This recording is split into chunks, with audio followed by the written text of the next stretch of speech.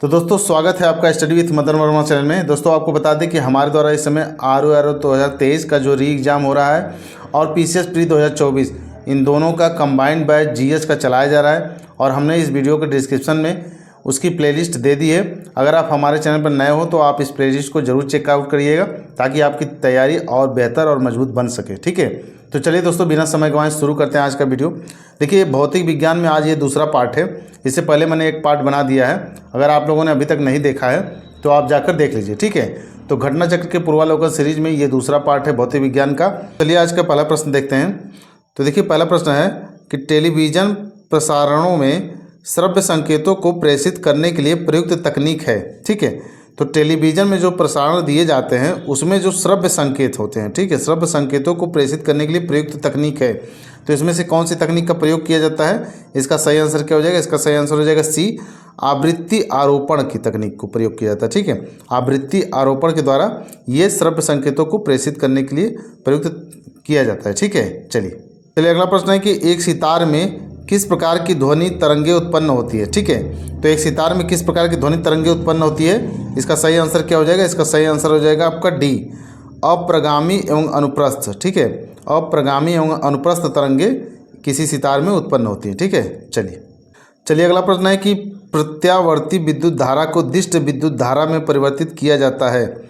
तो प्रत्यावर्ती विद्युत धारा को दिष्ट धारा में किस प्रकार से परिवर्तित किया जाता है, किसके माध्यम से? देखिए इसका सही आंसर जो हो जाएगा, इसका सही आंसर हो जाएगा डी, रेक्टिफायर द्वारा होता है। ठीक है, रेक्टिफायर द्वारा प्रत्यावर्ती विद्युत धारा को दिष्ट धारा में बदला जाता है। ठीक है, इसकी व्याख्या देख लीजिए। देखिए दिया गया है कि रेक्टिफायर एक वैद्युत युक्ति यानी कि इलेक्ट्रिकल डिवाइस है। ठीक है, जो प्रत्यावर्ती धारा या अल्टरनेटिंग करंट यानी जिसको कि हम लोग AC कहते हैं, AC को दिष्ट धारा या डायरेक्ट करंट जिसको कि हम लोग DC कहते हैं में परिवर्तित करता है। ठीक है, तो देखिए AC को DC में परिवर्तित कौन करता है? ये रेक्टिफायर करता है। ठीक है, ये क्या है? तो ये एक इलेक्ट्रिकल डिवाइस है। ठीक है, चलिए अगला प्रश्न है कि दो एक जैसे बल्ब को किस प्रकार जोड़ने पर अधिक रोशनी मिलेगी? ठीक है, तो एक जैसे दो बल्ब हैं उनको किस प्रकार जोड़ा जाए कि अधिक रोशनी मिलेगी? ठीक है, तो देखिए यहाँ पर इसके संबंध में कुछ एक दो कथन भी दिए गए हैं। देखिए पहला कथन क्या कह रहा है? पहला कथन कह रहा है कि दोनों श्रेणी क्रम में जुड़े हुए हों। ठीक है, दोनों श्रेणी क्रम में जुड़े हों। और दूसरा कथन है कि दोनों समांतर क्रम में जुड़े हों। ठीक है, तो ये दो कथन यहाँ पर दिए गए हैं। तो आइए देख लेते हैं। देखिए यहाँ पर कुछ ऑप्शन दिए गए हैं। देखिए पहले में दिया गया कि एक में अधिक, बी में दिया गया कि दो में अधिक, सी में दिया गया कि एक और दो दोनों में समान, और डी में दिया गया कुछ कहा नहीं जा सकता। ठीक है, तो इसका सही आंसर क्या हो जाएगा? इसका देखिए सही आंसर जो होगा वो हो जाएगा आपका बी। ठीक है, यानी कि दो में अधिक। ठीक, तो ये जो है बी आपका सही हो जाएगा। यानी कि जो ये दूसरा कथन दिया गया है इसमें दिया गया दोनों समानांतर क्रम में जुड़े हों। ठीक है, तो यही इसका सही आंसर हो जाएगा। ठीक है, चलिए अगला प्रश्न दिया गया कि विद्युत चुम्बकीय प्रेरण पर आधारित युक्ति है। ठीक है, तो विद्युत चुम्बकीय प्रेरण पर आधारित युक्ति क्या है? तो देखिए यहाँ पर जो घटना चक्र ने आपका आंसर दिया है वह सी एवं डी दोनों दे दिया है, डायनेमो भी दिया है और विद्युत मोटर भी दिया है। ठीक है, तो इसके ये दोनों आंसर सही हो जाएंगे। व्याख्या देख लीजिए। देखिए दिया गया कि डायनेमो और विद्युत मोटर विद्युत चुम्बकीय प्रेरण पर आधारित युक्तियाँ हैं। यानी कि ये जो डायनेमो दिया गया है ये और ये जो विद्युत मोटर है ये दोनों ही आपके विद्युत चुम्बकीय प्रेरण पर आधारित युक्तियाँ हैं। डायनेमो यांत्रिक ऊर्जा को विद्युत ऊर्जा में परिवर्तित करता है, जबकि विद्युत मोटर विद्युत ऊर्जा को यांत्रिक ऊर्जा में परिवर्तित करता है। ठीक है, तो देखिए यहाँ डायनेमो का और विद्युत मोटर का दोनों का अलग अलग कार्य है। देखिए इसका डायनेमो का क्या कार्य है? डायनेमो क्या करता है? ये यांत्रिक ऊर्जा को किस ऊर्जा में बदल देता है? ये विद्युत ऊर्जा में बदल देता है। ठीक है, डायनेमो आपका यांत्रिक ऊर्जा को विद्युत ऊर्जा में बदल देता है। ठीक है, और यहाँ पर आपका जो विद्युत मोटर है ये क्या करता है? विद्युत मोटर आपका ये विद्युत ऊर्जा को क्या करता है? यांत्रिक ऊर्जा में बदल देता है। ठीक है, ये डायनेमो के ठीक अपोजिट काम करता है आपका विद्युत मोटर। ठीक है, चलिए अगला प्रश्न है कथन और कारण से। ठीक है, यहाँ पर कथन और कारण दिए गए हैं, तो आइए देख लेते हैं कथन में क्या दिया गया है। तो देखिए कथन में दिया गया कि त्वरित चालकों को बनाने में लोहे की छड़ों की अपेक्षा तांबे की छड़ों की वरीयता दी जाती है। ठीक है, क्या कह रहा है? कथन में कह रहा है कि तड़ित चालकों को बनाने में लोहे की छड़ों की अपेक्षा तांबे की छड़ों को वरीयता दी जाती है। ठीक है, ये कथन कह रहा है। और कारण में क्या दिया गया है, तो कारण में दिया गया है कि लोहे की तुलना में तांबा विद्युत का अधिक सुचालक है। ठीक है, लोहे की तुलना में तांबा जो है विद्युत का अधिक सुचालक है और वायुमंडलीय परिस्थितियों में सरलता से ऑक्सीकृत नहीं होता है। ठीक है, तो ये कारण दिया गया है। ठीक है, अब आइए देख लेते हैं कि इसका आंसर क्या होगा। ठीक है, तो देखिए नीचे जो है यहाँ पर इसके जो आंसर दिए गए हैं इसमें से सही आंसर क्या हो जाएगा, इसका सही आंसर हो जाएगा ए। ठीक है, यानी कि ए तथा आर दोनों सही है तथा ए की आर सही व्याख्या करता है। ठीक है, तो ये इसका कारण आंसर हो जाएगा।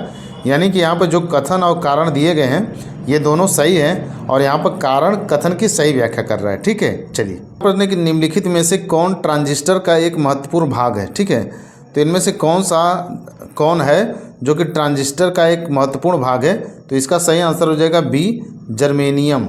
ठीक है, जर्मेनियम जो है ये ट्रांजिस्टर का एक महत्वपूर्ण भाग है। ठीक है, चलिए अगला प्रश्न दिया गया कि निम्नलिखित में से कौन सा युग्म सुमेलित नहीं है। ठीक है, कौन सा युग्म है जो सही सुमेलित नहीं है। ठीक, तो आइए देख लेते हैं। देखिए पहला दिया गया कि मेसान की खोज। ठीक है, इसके सामने दिया गया कि हिडेकी युकावा। ठीक है, मेसान की खोज किसने किया है, हिडेकी युकावा ने किया है, तो ये सही हो जाएगा।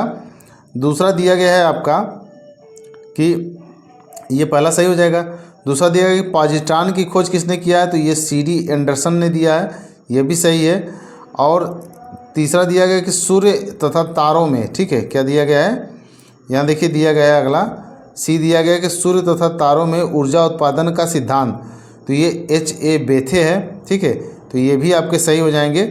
यहाँ पर जो डी हो जाएगा आपका कि परा यूरेनियम तत्व का संश्लेषण, ये एनरिको फर्मी दिया गया है, यही आपका गलत हो जाएगा। ठीक है, तो इसका सही आंसर क्या हो जाएगा, डी हो जाएगा। ठीक, चलिए इसकी व्याख्या देख लीजिए।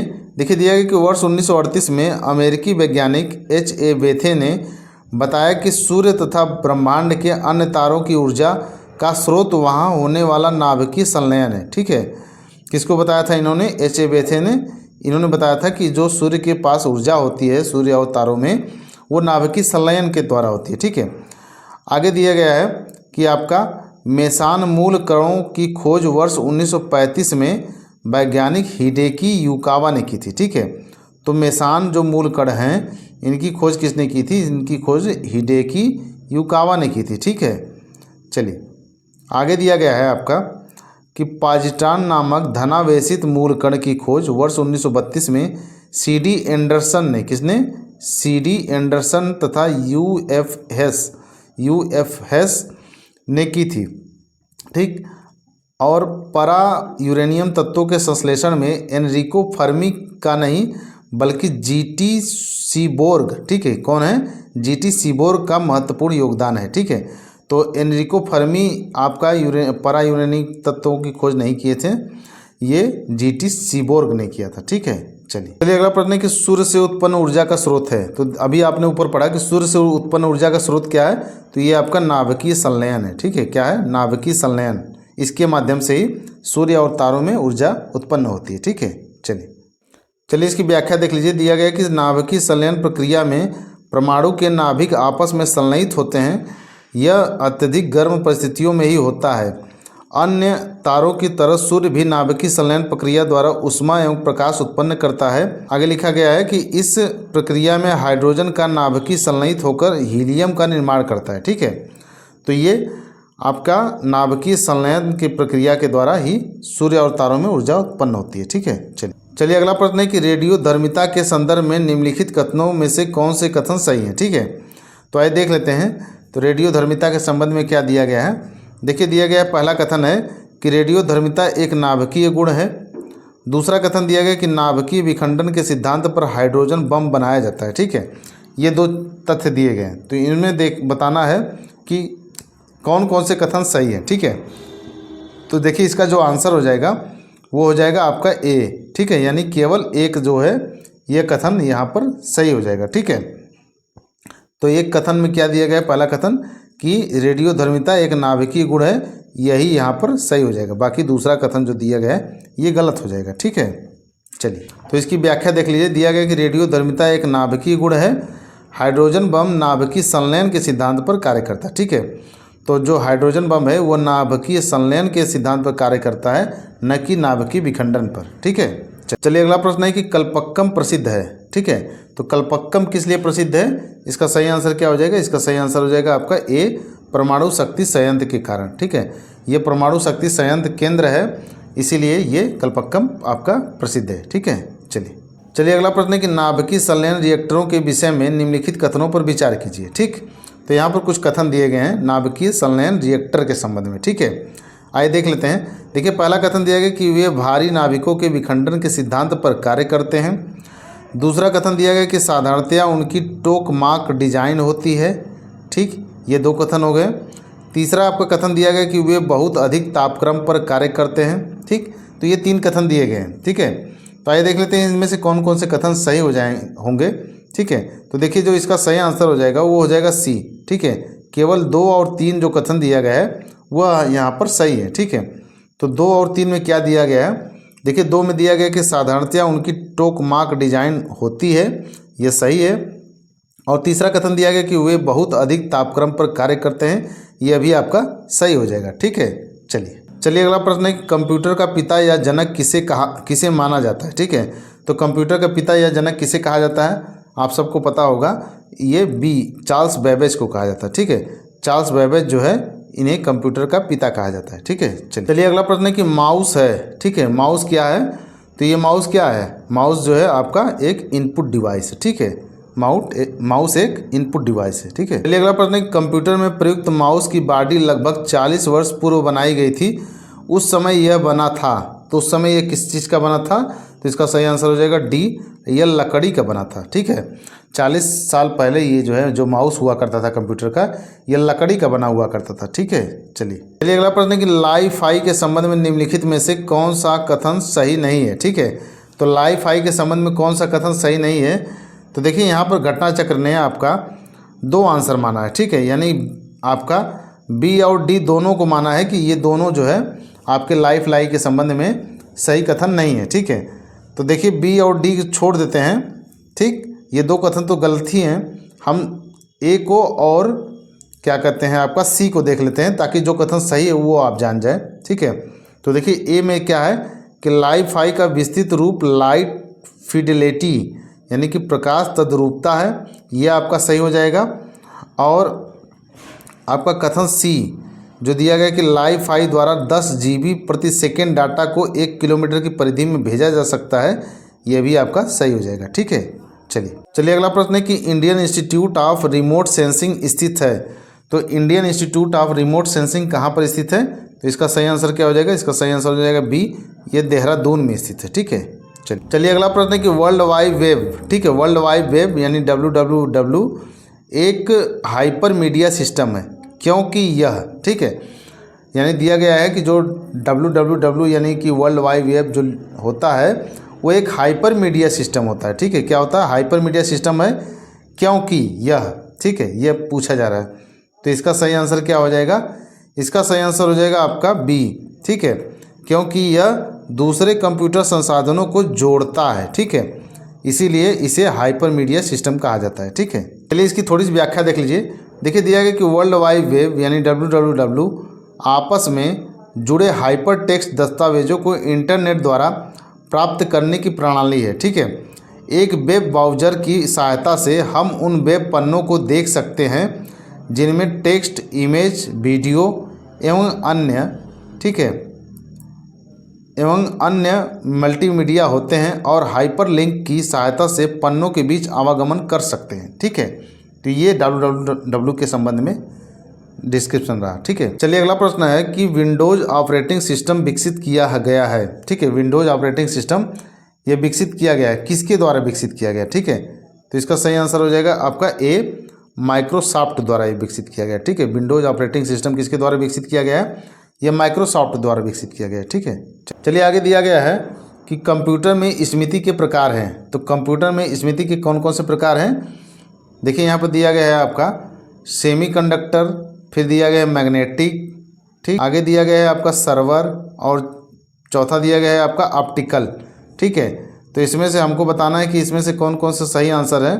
तो देखिए जो इसका सही आंसर हो जाएगा वो हो जाएगा आपका सी, 1, 2 व 4। ठीक है, तो 1, 2 व 4 जो है ये आपके सही आंसर हो जाएंगे। ठीक है, तो देखिए 1, 2, 4 में क्या क्या है। देखिए 4 में दिया गया है ऑप्टिकल, ठीक, 1, 2 में दिया गया है आपका सेमीकंडक्टर और मैग्नेटिक। ठीक, ये 1, 2, 4 आपके सही हो जाएंगे। ठीक है, चलिए इसकी थोड़ी सी व्याख्या देख लीजिए।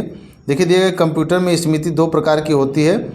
प्रथम कौन सी होती है, ये सेमीकंडक्टर या प्राथमिक मेमोरी, और दूसरा द्वितीयक मेमोरी या फिर सहायक मेमोरी है। ठीक है, तो इसमें 2 प्रकार की मेमोरी होती है, जिसको कि सेमीकंडक्टर कहते हैं या फिर प्राथमिक मेमोरी कहते हैं, दूसरे को द्वितीय मेमोरी या फिर सहायक मेमोरी कहते हैं। ठीक है, जो कि मैग्नेटिक या ऑप्टिकल हो सकती है। द्वितीय मेमोरी के उदाहरण हैं आपके hard disk, magnetic tape, floppy disk, pen drive, DVD, compact disk. ठीक है, सर्वर स्मृति का प्रकार नहीं है। ठीक, तो ये आपके 2 प्रकार की मेमोरी रहे हैं। ठीक है, चलिए अगला प्रश्न है कि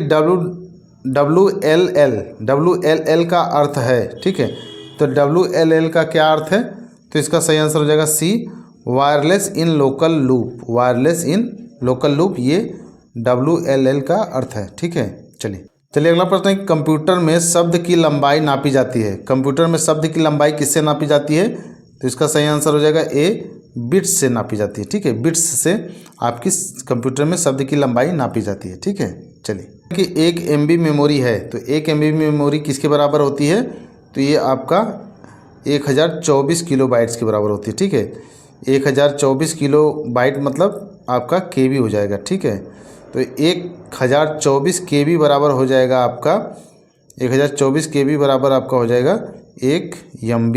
ठीक है, यानी 1 मेगाबाइट। ठीक है, चलिए अगला प्रश्न दिया गया कि निम्नलिखित में से कौन सा संबंध सही नहीं है। ठीक है, तो इनमें से किसका संबंध सही नहीं है। देखिए पहला दिया गया कि 1 बाइट बराबर 8 बिट्स, तो क्या ये सही है, तो ये सही हो जाएगा। दूसरा दिया गया कि 1 किलोबाइट बराबर 1024 बाइट्स। ठीक है, 1 किलोबाइट बराबर 1024 बाइट, तो ये भी आपका सही हो जाएगा। तीसरा दिया गया कि 1 गीगाबाइट, जिसको GB कहते हैं हम लोग। ठीक है, तो 1 गीगाबाइट 1024 किलोबाइट, तो क्या ये सही है, नहीं ये गलत है। ठीक है, आपका दिया गया D में कि 1 टेराबाइट बराबर 1024 गीगाबाइट। ठीक है, तो यानी कि आपका 1 TB बराबर, ठीक है, 1 TB बराबर यहाँ पर दिया गया है 1024 आपका GB। ठीक है, तो ये भी आपका सही हो जाएगा, केवल C यहाँ पर गलत हो जाएगा, जो ये कि यहाँ पर दिया गया कि 1 गीगाबाइट यानी कि 1 GB बराबर पूछ रहा है कि कितना होगा, तो 1 GB बराबर 1024 क्या होगा, किलोबाइट ना होकर यहाँ पर क्या होगा, मेगाबाइट हो जाएगा। ठीक है, MB हो जाएगा। ठीक, चलिए अगला प्रश्न है कि LAN यानी कि लैन। ठीक है, लैन का तात्पर्य है, तो LAN या लैन का तात्पर्य क्या है, इसका सही आंसर हो जाएगा B, लोकल एरिया नेटवर्क। ठीक है, लोकल एरिया नेटवर्क ये आपके LAN का फुल फॉर्म होता है। ठीक है, चलिए अगला प्रश्न है कि निम्नलिखित में से कौन सा वक्तव्य सही नहीं है। ठीक है, तो देखिए यहाँ पर कुछ वक्तव्य दिए गए हैं, इनमें से कौन सा वक्तव्य सही नहीं है। तो देखिए यहाँ पर दिया गया पहला कि ईमेल इलेक्ट्रॉनिक मेल को संदर्भित करता है, यह सही है। ठीक है, तो पहला यहाँ कथन सही हो जाएगा। दूसरा दिया गया कि www वर्ल्ड वाइड वेब को संदर्भित करता है, यह भी सही है। तीसरा आपका दिया गया CPU जो होता है ये कंट्रोल प्रोसेसिंग यूनिट को संदर्भित करता है, तो ये आपका गलत हो जाएगा। ठीक है, आगे दिया गया है आपका D में दिया गया है कि ALU जो कि जिसे कि हम अर्थमेटिक लॉजिक यूनिट को संदर्भित करता है, ये भी आपका सही हो जाएगा। तो इसका सही आंसर क्या हो जाएगा, C हो जाएगा, जो कि यहाँ पर कथन सही नहीं दिया गया है। ठीक है, CPU जो होता है ये सेंट्रल प्रोसेसिंग यूनिट होता है। ठीक है, सेंट्रल प्रोसेसिंग यूनिट होता है, न कि आपका कंट्रोल प्रोसेसिंग यूनिट होता है। ठीक, इसको हम लोग केंद्रीय प्रोसेसिंग इकाई या सेंट्रल प्रोसेसिंग यूनिट कहते हैं। यह कंप्यूटर का सबसे महत्वपूर्ण भाग होता है।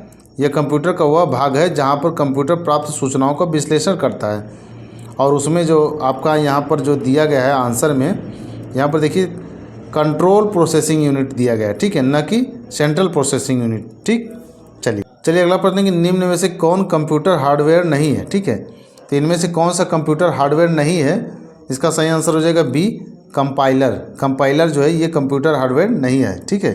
चलिए, बाकी आपका प्रिंटर, माउस और कीबोर्ड ये सभी जो है आपके कंप्यूटर हार्डवेयर में आते हैं, ठीक है।